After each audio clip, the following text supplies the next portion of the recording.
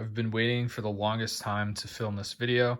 Got a huge haul of Moria Orcs and a few other Lord of the Rings things. So let's build the figures right now and set them up on the base plate to take a look at.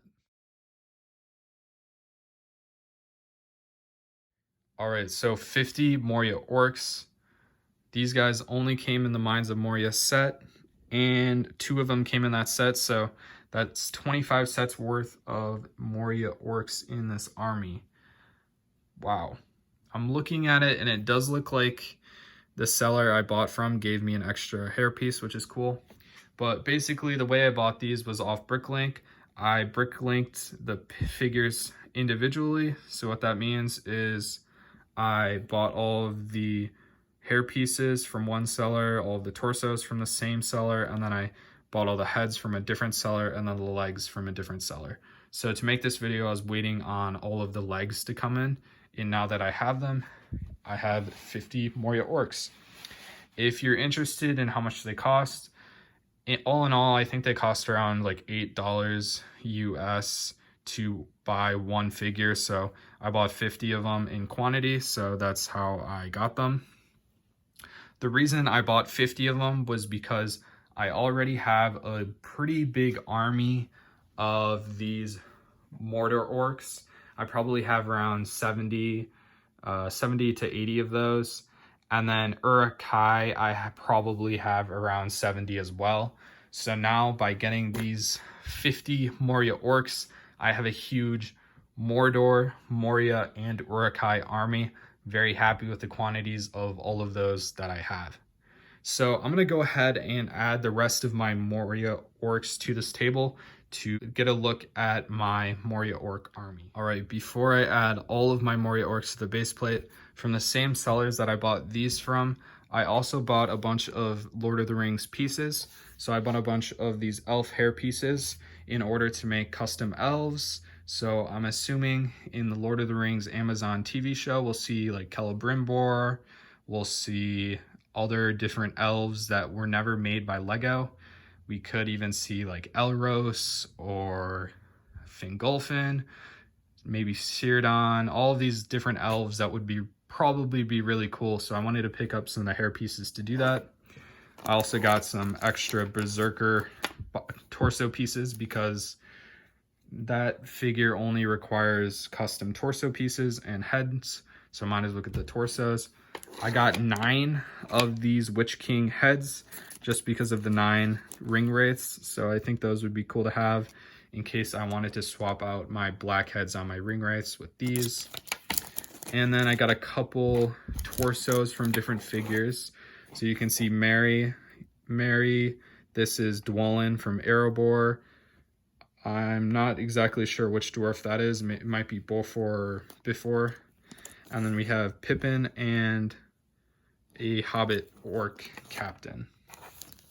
Also got some weapons, only 10 of them, so I'm not going to be able to arm all of these guys for this video, but very cool. And then I got some dwarf heads, as well as a Boromir head. And then, like I said, some more elf hair pieces for those elves when they come out.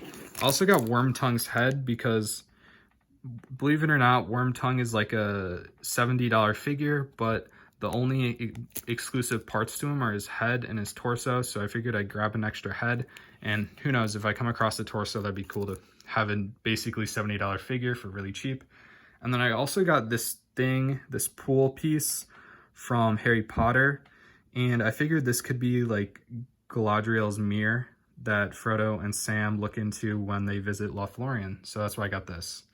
But enough talking, let's go ahead and finish setting up the Moria Orc army. Here are all of my orcs. We've got 57 Moria Orcs in the army, along with their orc chieftain, Azog the Defiler. Looking really good. Some of them don't have weapons, so I'll have to get those off bricks and pieces. But my guys I already had in the front are decked out in armor and breastplates. Check out that video. If you haven't seen it, you can go on my channel and watch that. But I'm probably not going to beef up all of those to that level because that would be really expensive.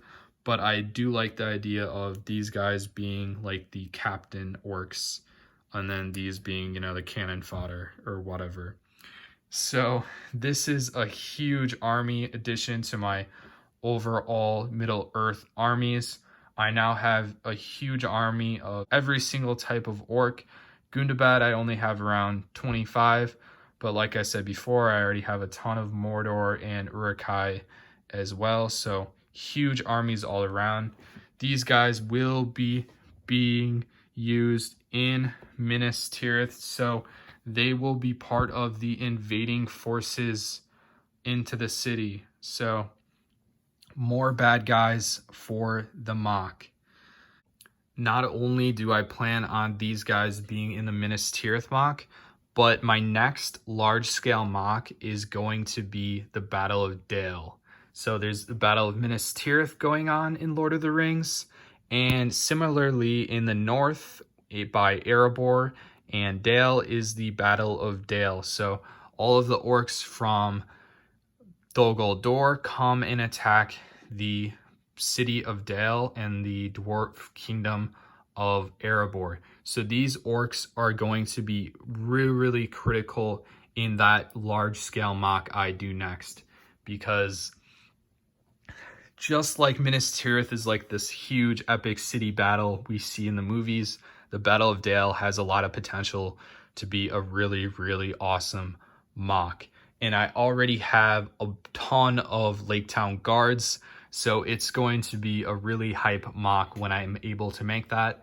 And I wanted to buy the Moria Orcs now before they're too expensive to be able to build that Battle of Dale mock.